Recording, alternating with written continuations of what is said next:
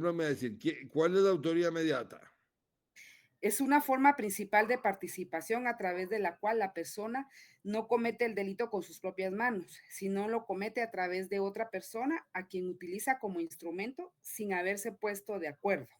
Sí, muy Usted nos bien. dio un ejemplo, el médico que viaja a El Salvador y deja la jeringa con veneno. Ajá, muy bien. Muy bien. Entonces, gracias. La autoría inmediata, como bien lo dijo la compañera, es una forma principal de participación a través de la cual la persona realiza el delito a través de otro. A diferencia de la autoría inmediata, ya no lo realiza con sus propias manos, sino lo realiza a través de otro a quien utiliza como instrumento. A través de otro a quien utiliza como instrumento, sin haberse puesto de acuerdo, lógicamente, porque si no serían coautores. Vaya, entonces, autor inmediato con sus propias manos. Autor mediato a través de otra persona. ¿Cuáles son? Miremos esta diapositiva que nos va a ayudar. ¿Cuáles son los requisitos de la autoría mediata, jóvenes? ¿Cuáles son los requisitos de la autoría mediata? Miren ustedes ahí. La autoría mediata, para que exista autoría mediata, debe haber participación de varias personas. Solo una persona no puede haber autoría mediata, tienen que ser varios. Ausencia de voluntad criminal del instrumento. Falta de acuerdo entre el autor o determinador e instrumento. Y el instrumento no debe ser utilizado como una fuerza ciega. Entonces, en la autoría mediata, hay una persona que es el autor mediato que utiliza a otro como instrumento. ¿De acuerdo? Y efectivamente,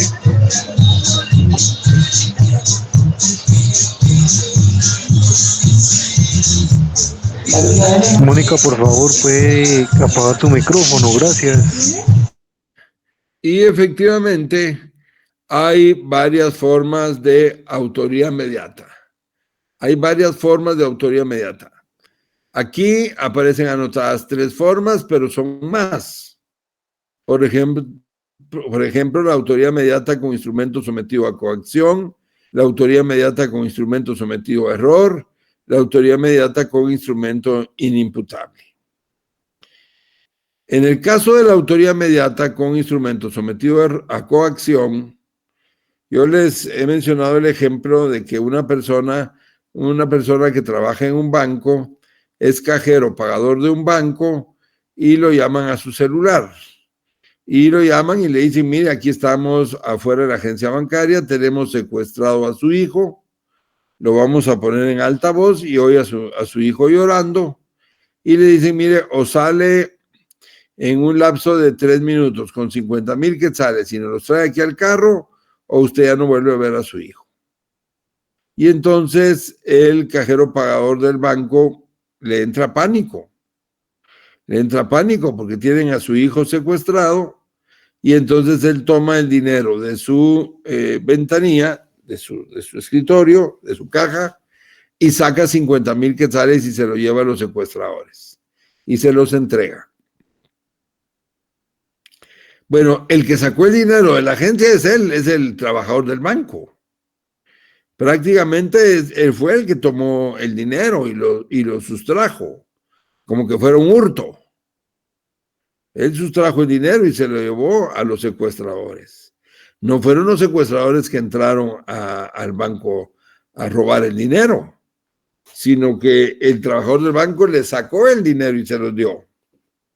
Pero estaba sometido a una coacción y recuérdense que el derecho penal no es para héroes, sino para personas normales. Y entonces la persona sale y entrega el dinero. El punto es que los que están en el carro no podrían decir, mire, yo no cometí ningún delito, yo no robé ni cometí ningún hurto, a mí me trajeron el dinero. Así, pero usted era el que tenía el dominio del hecho, porque usted tenía amenazado al cajero pagador de que si no le sacaba ese dinero, no le entregaba ese dinero, mataba a su hijo. Entonces, usted es el que tenía el dominio del hecho, porque usted estaba utilizando al cajero como un instrumento sometido a coacción. Esa es una autoría inmediata, jóvenes. Si no, quedaría impune, porque los secuestradores dirían que ellos no entraron a sacar el dinero, sino que se lo llevaron. Esa es una forma de autoría inmediata. Y si el cajero pagador, el banco lo acusa de hurto, ¿cómo lo defenderían ustedes? ¿Cómo lo defenderían?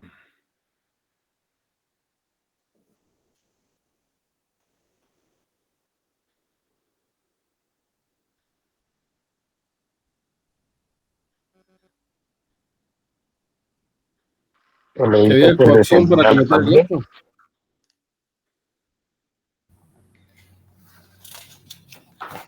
¿Con qué argumento lo defenderían? Como una víctima. Justificación. Artículo 25 del Código Penal. Sí, artículo 25, pero ¿qué causa? Miedo invencible. ¿Qué numeral es? El numeral 1. Sí, en realidad ustedes podrían defender a ese trabajador del banco alegando que actuó bajo miedo invencible. Miedo invencible de un daño para su hijo. Y entonces que no es culpable por una causa de inculpabilidad que es miedo invencible. Pero si ustedes se dan cuenta aquí, los responsables del delito, los autores, no lo cometen con sus propias manos. Utilizan a un instrumento sometido a coacción.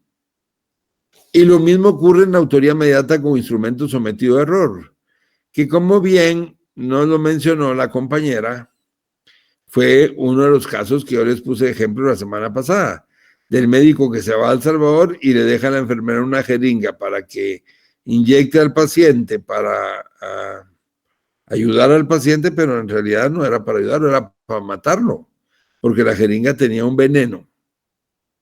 ¿Quién tenía el dominio del hecho ahí? El médico que está utilizando a la enfermera sometida a error. La está engañando.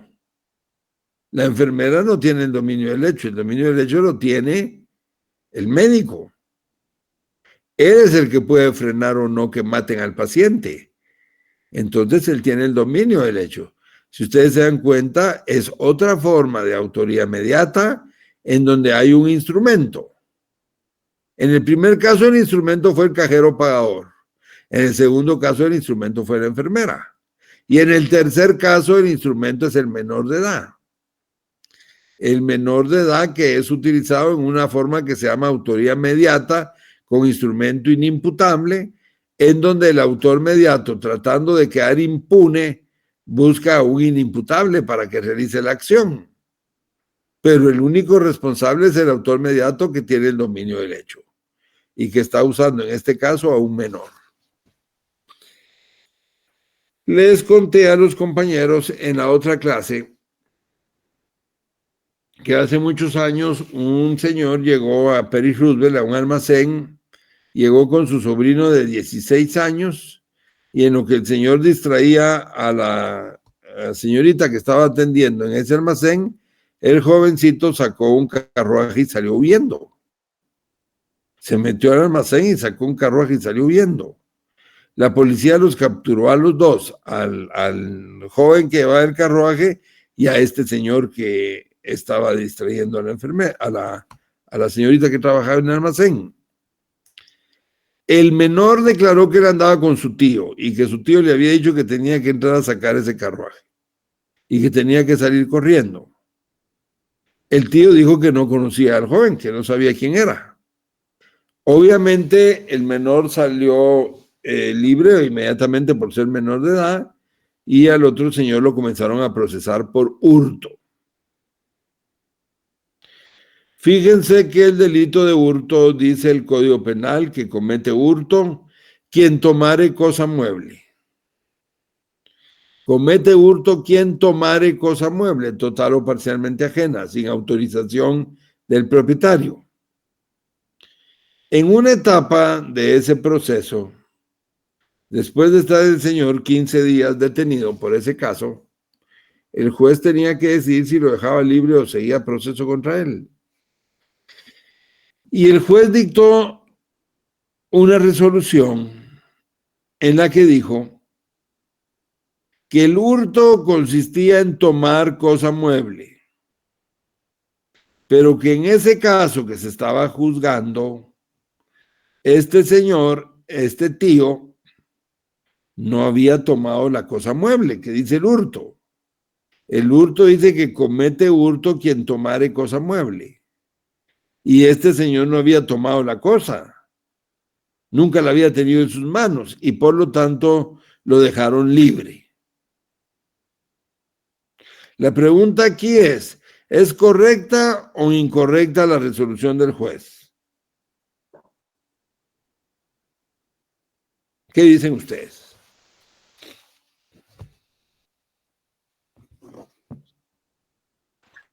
Pues es correcto, licenciado, porque fue claro, el delito es que comete hurto quien tome cosa mueble y él no fue el autor intelectual. Fue autor de otra manera, pero no fue que directamente fue a quitar, a llevarse la canasta del lugar, ¿verdad?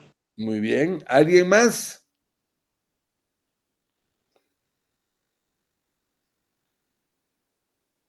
Pues imagino que el juez tomó la decisión con el fundamento legal, ¿verdad, licenciado? Ajá. Pero ustedes están de acuerdo. Sí, porque se está basando, ¿verdad?, en el fundamento legal y pues sí, estamos de acuerdo. Vaya. Pues Ahora, yo no estoy de acuerdo. a ver, dígame. Yo no estoy de acuerdo porque digamos que igual y se cometió un hurto, ¿no? Ajá. Él indujo a un menor, a una persona que no podía ser, a un imputable, ¿no? Ajá. Pero al final el daño se ocasiona, el perjuicio se ocasiona y digamos, el propietario de ese bien mueble igual salió damnificado. Él al final del proceso no se sentiría decepcionado de la justicia al darse cuenta de que debido a la forma en la que se dieron los hechos, pues entonces los delincuentes hábilmente haciendo uso de la inteligencia y de la estrategia pudiesen estar cometiendo delitos y la justicia, porque el planteamiento no es el correcto, entonces los jueces están permitiendo que hayan personas que no paguen por sus actos indebidos en contra de las normas del respeto humano que todos nos debemos de tener, creería yo, va, humildemente. Muy bien, no, muy bien. ¿Alguien más, jóvenes? Yo creería que se le debería haber juzgado, pero en grave tentativa. Ajá. Interesante también lo que usted dice, interesante también. ¿Alguien más, jóvenes?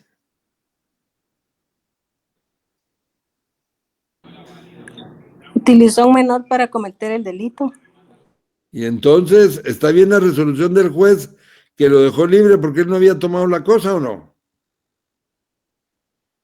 No, licenciado, No, porque él es de autoría inmediata con instrumento inimputado.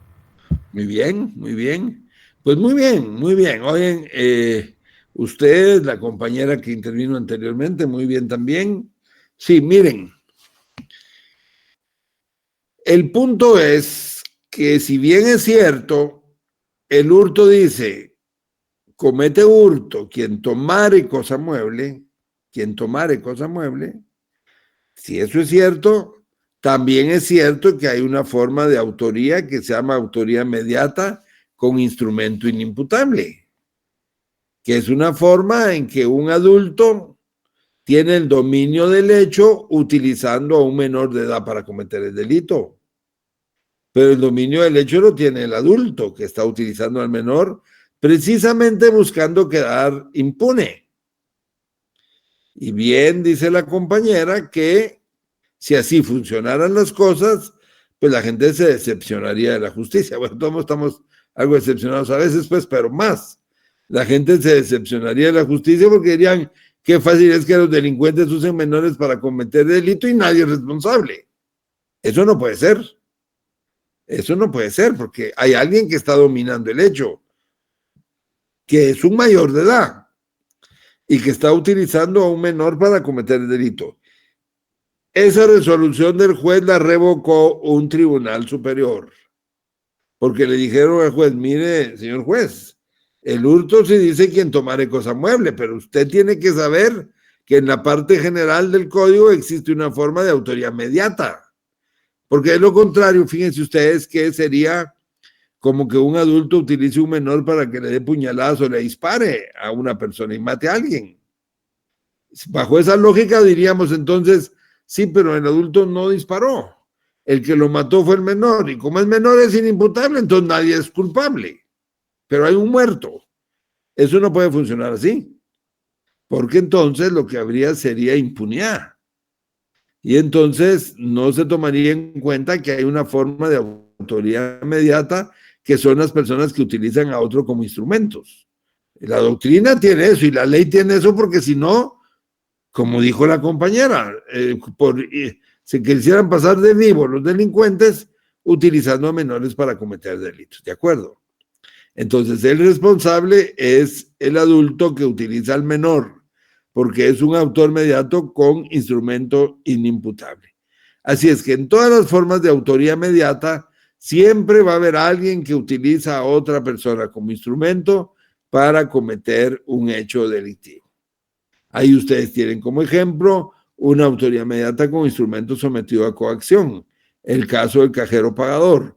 Una autoría mediata con instrumento sometido a error, el caso del médico que utiliza a la enfermera. Una autoría mediata con instrumento inimputable, el caso del tío que usa al sobrino menor de edad.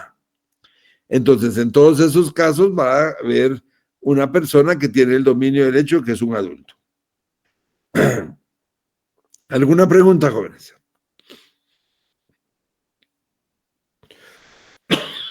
Solo una pregunta, en el caso de la pena, ¿varía entre cada autoría? No, no, todas las formas de autoría tienen la misma pena, que es de autor. Cuando va a variar, es ya con las formas secundarias. Díganme una forma secundaria de participación. Complicidad. La complicidad. Ahí sí varía. Ahí sí varía porque la pena es mucho más baja. Ya lo vamos a ver mañana cuando veamos las penas, que el cómplice tiene una pena más baja que el autor. Pero en todas las formas de autoría siempre la pena es la misma porque son autores todos, tienen el dominio del hecho. Ok, gracias. Muy bien. Bueno, entonces ya vimos la autoría inmediata, ya vimos la autoría mediata, ahora nos toca ver la coautoría. Aquí en esa diapositiva yo quisiera pedirles que corrijamos algo, modifiquemos algo. Dice, para que exista coautoría es preciso se den dos elementos. Pongamos tres elementos. Para que exista coautoría es preciso que se den tres elementos. Uno, participación de dos o más personas. Uno, participación de dos o más personas. El que en la diapositiva aparece como uno, pónganle dos. Y en lo que en la diapositiva aparece como dos, pónganle tres. Entonces quedaría, para que exista coautoría es preciso que se den tres elementos. Uno, participación de varias personas. Dos, un elemento subjetivo, que es un acuerdo en común. Y tres, un elemento objetivo, que es ejecución del hecho en común.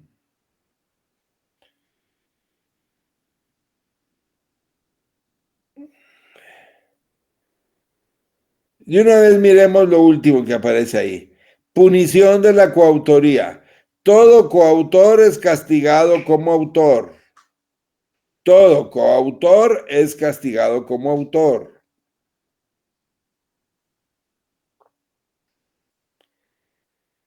¿Qué diferencia hay? Pero fíjense pues, a ver, ¿cuál es el primer elemento de la autoría mediata?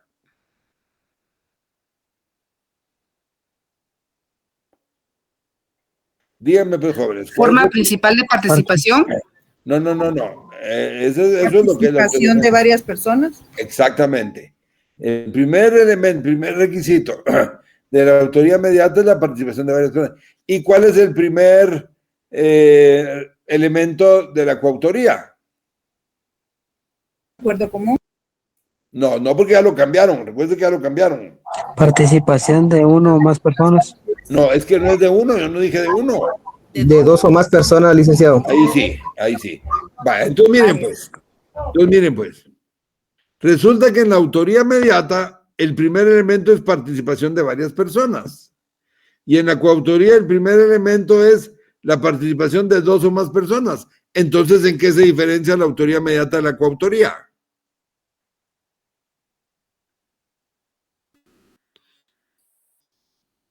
En la coautoría, las dos personas están de acuerdo en cometer el delito y en la mediata solo una tiene la intención de matar mientras que la otra es un instrumento. Exactamente. En ambas tienen que participar más de dos personas. En la única que puede participar solo una persona es en la autoría inmediata, porque lo realiza con sus propias manos, como ya vimos. Pero en la autoría mediata y la coautoría siempre deben haber más de dos personas, dos o más personas. Pero ¿cuál es la diferencia? Que en la coautoría están de acuerdo todos. Hay un acuerdo para cometer el delito.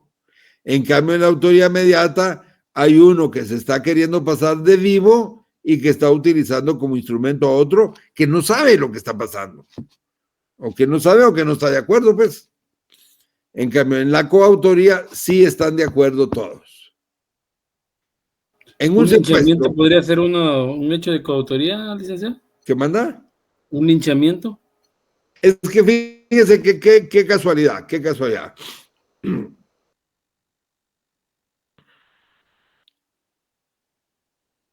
Bueno. Usted me está dando un ejemplo que me dieron también en la clase anterior, pero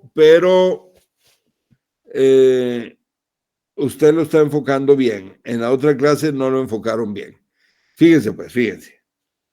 Es un linchamiento. En la otra clase me dijeron, mire, resulta que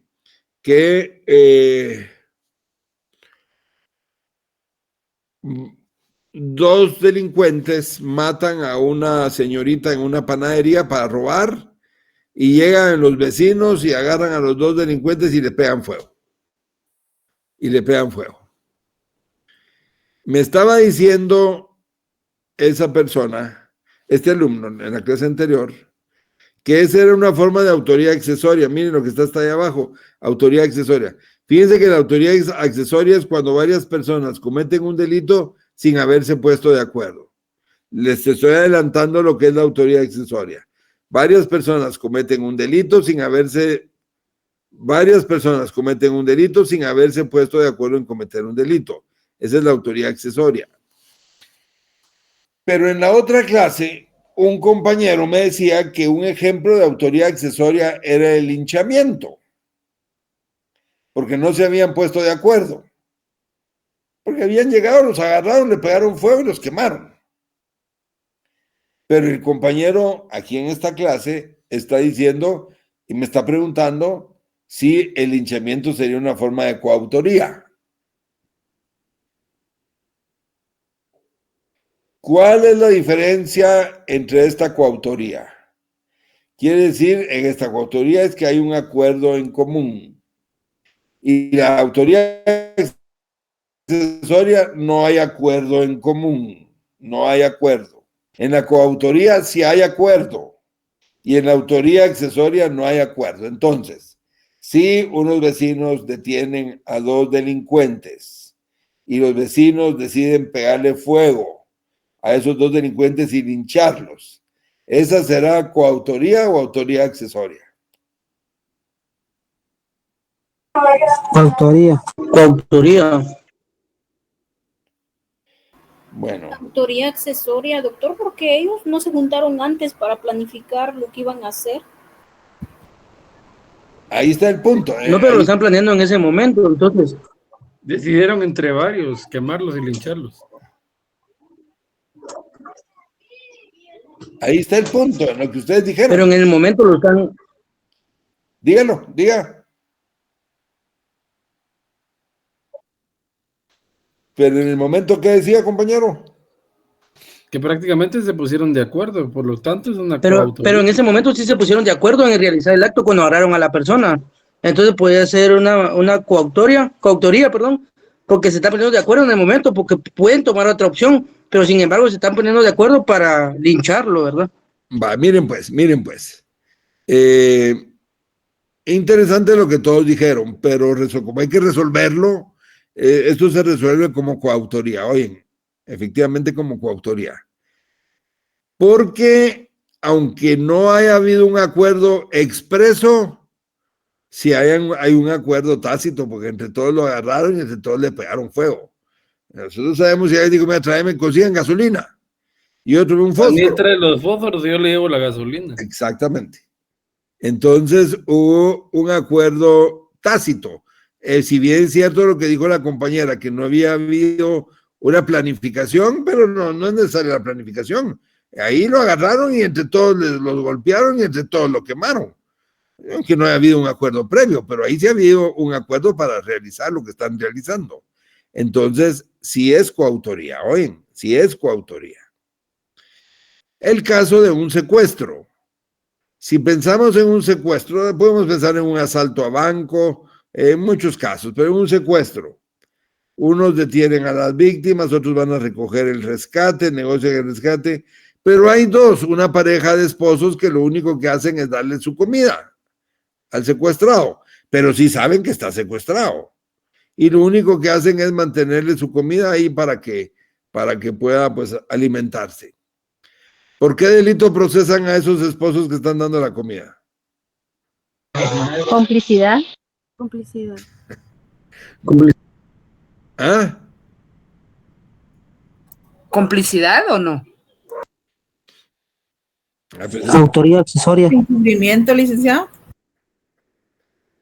No, miren pues, muchachos, miren pues. En la otra sección me dijeron complicidad. Y yo me pongo a pensar ahorita, ¿por qué dicen complicidad? Ustedes han de decir complicidad porque miran que están ayudando a dar la comida a los secuestradores. Coautoría. Coautoría que todos estén de acuerdo en el secuestro. Exactamente. No son cómplices, son coautores. Lo que pasa es que en la coautoría hay un acuerdo en donde se dividen los actos para ejecutar el delito. Unos son los que no capturaron, sino detuvieron ilegalmente a la persona cuando salía de un centro comercial y se lo llevaron en el carro. Otros son los que están custodiando la casa. Otros son los que le están dando la comida. Otros son los que están llamando por teléfono para negociar el rescate. Otros son los que van a ir a recoger el rescate. Pero todos saben qué es lo que están haciendo. Y todos saben que cada quien tiene que cumplir su parte en el plan. Y por lo tanto son coautores. No pueden meter cómplices ahí pensando que como solo están dando la comida, solo están ayudando. No, es que también están metidos en el secuestro. Solo que a ellos les tocó dar la comida. Entonces son coautores. Oye, todos son coautores. Porque en la coautoría lo que existe es un acuerdo en común. Y miren el tercer elemento, ejecución del hecho en común. Es que si no le dan comida al secuestrado, se muere. Y entonces ya no hay rescate. Entonces es parte de la ejecución del hecho en común. Que todos se tienen que poner de acuerdo en cada quien hace su parte. Y cada quien hace su parte para cometer el delito. Son coautores. Y todos se castigan como que fueran autores. Lo mismo en el asalto a un banco, el que se quedó en el carro con el motor encendido esperando que salieran los ladrones. Pues si no, les diría a ustedes, mire, pues yo tengo licencia para conducir, solo estoy aquí en mi carro. No, pues usted no está solo en su carro. Usted sabe que están asaltando un banco, se puso de acuerdo en el asalto y lo único es que a usted le tocó quedarse aquí en el carro para salir huyendo. Lo mismo que a otro le tocó desarmar a los agentes y custodiarlos mientras los otros sacaban el dinero. Pero todos son coautores. ¿Por qué? Hay un acuerdo en común. Y porque todos están ejecutando el hecho en común, solo que se están dividiendo la ejecución del delito. ¿De acuerdo? Sí, licenciado. Muy bien, muy bien. Bueno, entonces, vimos ya la autoría inmediata, la autoría mediata, la coautoría, ahora la autoría accesoria. Yo les diría que es la más difícil que se dé, es la más difícil, porque fíjense ustedes que la autoría accesoria es cuando varias personas cometen un delito sin haberse puesto de acuerdo en común. Ahí es más difícil. Porque autoría accesoria es que varias personas cometan un delito entre todos, o entre dos, o entre tres, pero sin haberse puesto de acuerdo. No sé si se les ocurre un ejemplo, pero no es fácil, díganme. Ahí sí entraría el linchamiento como dentro de ese, como ejemplo. No, ya dijimos que no. Ah, bueno. Ya dijimos que no, porque en el linchamiento dijimos, bueno, aunque no se hablen entre sí, pero todos los golpean y todos le pegan fuego, aunque no se hayan hablado entre sí, ¿hay un acuerdo para matarlo o no? Bueno, sí, tiene razón. Claro, sí, aunque no hayan hablado, pero todos le están pegando y todos le pegan fuego, hay un acuerdo en común, aunque no hayan hablado. Licenciado, una consulta, o más bien, no se vino a la mente un hecho que yo vi hace como 2 semanas, donde se mira que 2 delincuentes, ¿verdad?, en una moto, cometen el delito, ¿verdad?, de asalto y le disparan a una persona dejándole herida. Pero viene otro carro que de plano se indignó de ver el hecho y les echó el carro encima y creo que uno de ellos quedó gravemente herido. ¿Podría aplicarse ese ejemplo ahí? No, porque ahí lo que podría discutirse es si hubo legítima defensa o no. Ahí lo que podría discutirse es que si los que dispararon cometieron homicidio o lesiones, lo que han hecho, e intento de robo. Licenciado, ¿sí?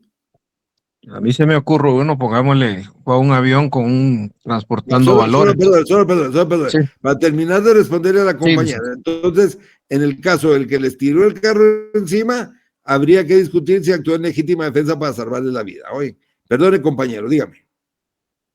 Pongámosle, va un avión que transporta valores y se estrella. Todos los vecinos que están ahí llegan a ver que un avión se estrelló y ven que hay dinero. Entre todos toman el dinero. Ese podría ser un ejemplo de este caso.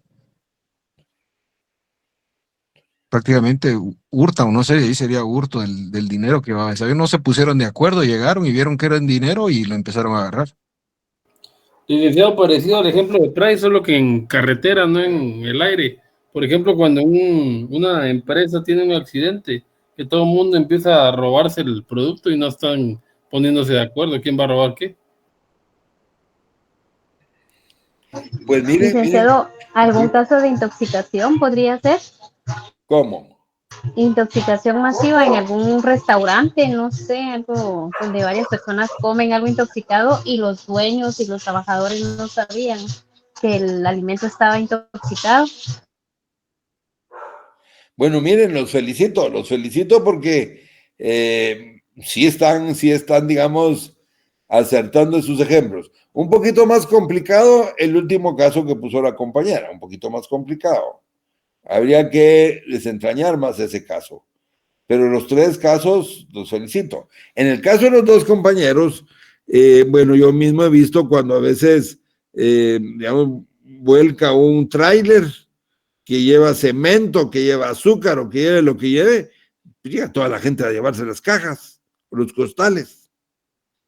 Bueno, varias personas están cometiendo un delito sin haberse puesto de acuerdo. A mí me parece que el ejemplo es bueno. Porque yo estaba pensando ahorita que los estaba escuchando si eso no podía ser coautoría, pero en realidad no, porque el acuerdo en común ahí no existe. Ahí no me acuerdo, cada quien está agarrando su costal. Digamos que los ejemplos están buenos, pero yo siempre he mencionado un ejemplo en un delito culposo, que también vale la pena mencionarles. Y es que hace muchos años, un 1 de enero, allá en Izabal, un barco iba para, no sé si para Livingston o para una playa de ahí de Izabal. Y como era 1 de enero, todos estaban de fiesta y de goma o con sus tragos. Y viene una embarcación que tenía capacidad para 40 personas y le ponen 120 pasajeros.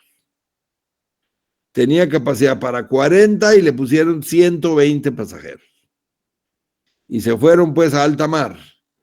A medio mar ya no funcionó el motor del barco. Y se quedaron varados, digamos, ya no funcionaba el barco. Y entonces lo que hicieron fue pedirle apoyo a la Marina. Y llegaron con una lancha de la Marina, de la base naval, llegaron en una lancha, y lo que hicieron el capitán del barco de la Marina fue amarrar el barco que se había quedado con los 120 pasajeros. Y lo quisieron jalar como que si fuera un carro.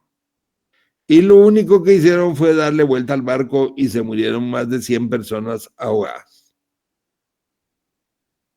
Bueno, hay 100 muertos. Hay 100 muertos. Y nadie se puso de acuerdo en matar a esas personas. ¿Quiénes son responsables ahí? ¿Quiénes son responsables?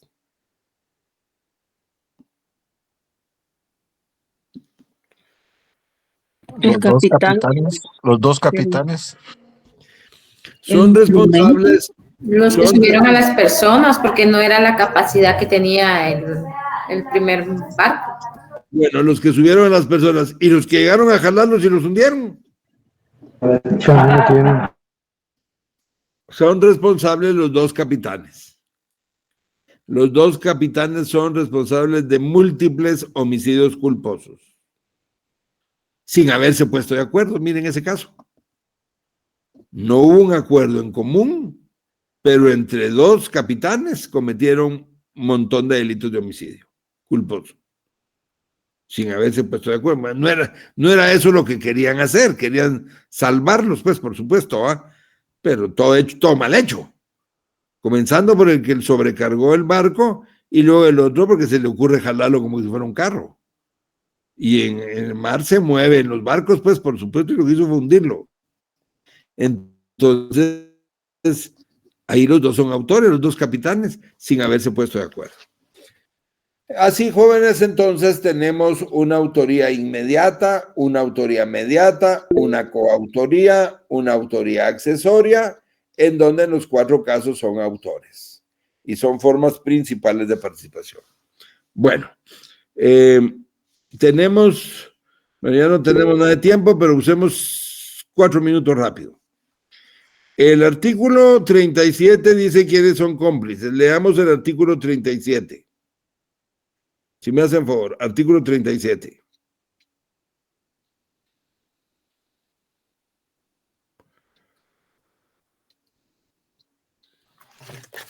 Cómplices. Son cómplices quienes animaren o alentaren a otro en su resolución de cometer el delito. 2. Quienes prometieren su ayuda o cooperación para después de cometido el delito. 3. Quienes proporcionaren informes o suministraren medios adecuados para realizar el delito. Y 4. Quienes sirvieren de enlace o actuaren como intermediarios entre los partícipes para obtener la concurrencia de esto en el delito. Muy bien, muchas gracias. Entonces, el artículo 37 tiene la complicidad. Complicidad es ayudar a otro a cometer un delito. Esta es una forma secundaria de participación y la pena es más baja. Ya mañana vamos a ver qué diferencia hay entre la pena del autor y la pena del cómplice. Pero el cómplice es el que ayuda, no tiene el dominio del hecho. Y finalmente, jóvenes, el artículo 38 tiene quién es responsable por las personas jurídicas. Responsabilidad penal de personas jurídicas.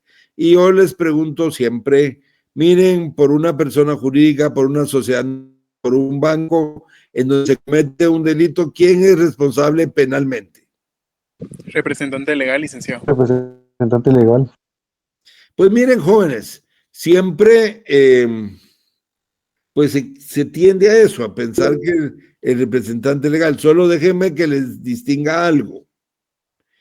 El representante legal es el representante del banco, ¿cierto? Y es el que va a contestar las demandas. Y es el que representa la institución.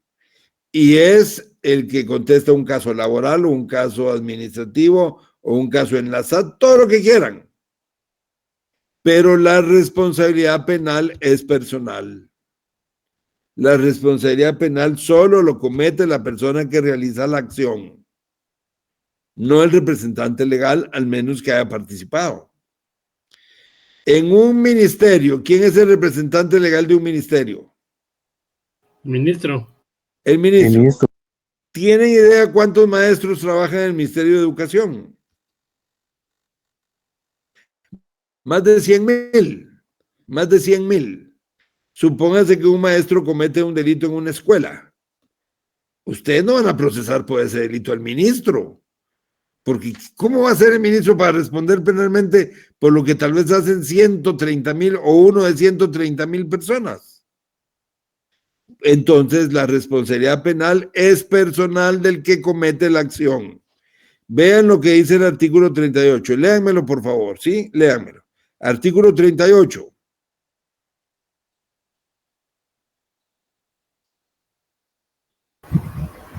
Responsabilidad penal de personas jurídicas. En lo relativo a personas jurídicas se tendrá como responsables de los delitos respectivos a directores, gerentes, ejecutivos, representantes, administradores, funcionarios o empleados de ellas que hubieren intervenido en el hecho y sin cuya participación no se hubiere realizado y serán sancionados con las mismas penas señaladas en este código para las personas individuales.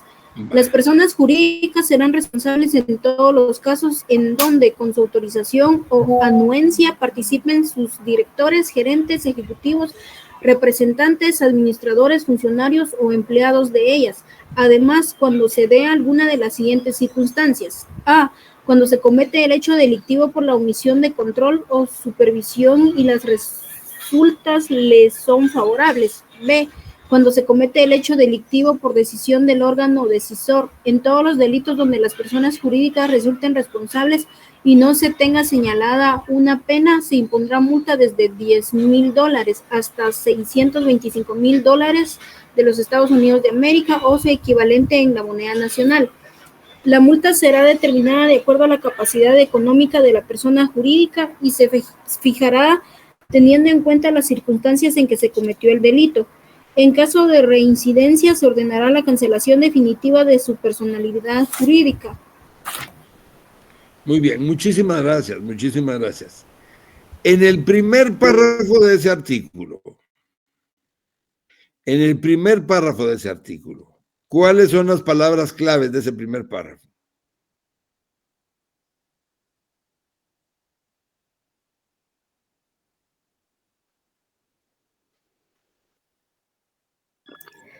Que hubieran responsabilidad penal de personas jurídicas. La palabra clave es que hubieran intervenido en el hecho. Porque si bien el título es responsabilidad penal de las personas jurídicas, el artículo lo que les dice es, en lo relativo a personas jurídicas se tendrá como responsables, fíjense, de los delitos respectivos a directores, gerentes, ejecutivos, representantes, administradores, funcionarios o empleados de ellas que hubieran intervenido en el hecho y sin cuya participación no se hubiera realizado este. ¿De acuerdo? Entonces, la responsabilidad penal siempre va a ser personal. ¿Hay un representante legal en las empresas? Sí, y ese que lo representa, pero no para delitos. Porque si no, nadie va a querer ser...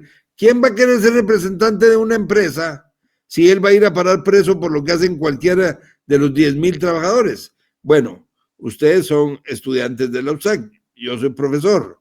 En la universidad trabajan 12,000 trabajadores. Y ni modo que el rector, que es el representante legal, va a responder por lo que hagan los 12,000 trabajadores en todo el país. No puede ser. La responsabilidad penal es personal.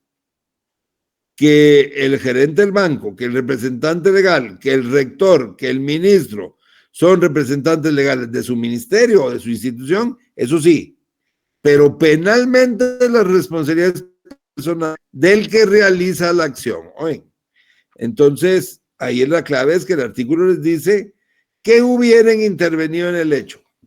Si no intervino, no tiene ninguna responsabilidad. Bueno, jóvenes, entonces nos quedamos hasta ahí y tendríamos clases mañana. Vamos a regresar, vamos a eliminar la diapositiva ahorita. Licenciado, perdone. Dígame. Con una consulta, ¿solamente mañana podría realizar lo de la reunión o podríamos verla?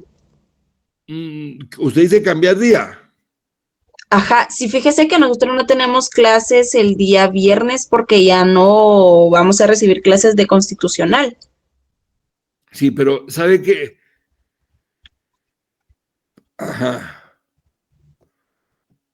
Lo que sucede es que nos tocaría teoría del Estado, entonces como con esa materia sí está un poco complicado, entonces no... Sí. Dígame. Es que el día de mañana sí están las dos teorías, licenciado, teoría del proceso y teoría del Estado. Sí, o sea, mañana sí tenemos clases nosotros, o sea, no hemos terminado con esos dos cursos. No tienen razón, fíjense. Tienen toda la razón, porque todavía tienen clases. Licenciado, perdone, y si nos daría usted la siguiente clase el jueves y el viernes que no tenemos constitucional. No, es que aquí el problema es que ustedes tienen razón, fíjese, y qué raro que no me lo dijeron en la otra clase hoy en la tarde, al menos que ellos no tengan clases mañana, pues, pero en el caso de ustedes sí tienen razón, porque ustedes todavía tienen clases mañana. Sí, teoría del Estado es un balazo al aire, pero teoría del proceso sí es definitivo que sí da la clase. Sí. Y esa es la que nos tiene con más preocupación a todos, licenciado, perdone. No se preocupen, no, yo soy el que estoy confundido, porque no, ustedes sí tienen clases mañana, pues, y yo no puedo, ni debo interrumpirles otra clase, no se trata de eso, se trata de apoyarlos, no de perjudicarlos. Licenciado, pero la próxima semana que nos tocaría exámenes lunes, miércoles y viernes tendríamos libre martes y jueves, los días que también usted da clases.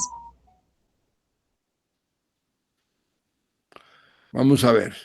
Ustedes lo que me están diciendo es que podría ser la otra semana, por ejemplo, martes. Sí, exacto. Por favor. Y el viernes también, licenciado, como está comentando Ivonne, que no tenemos clase en Derecho Constitucional. Licenciado.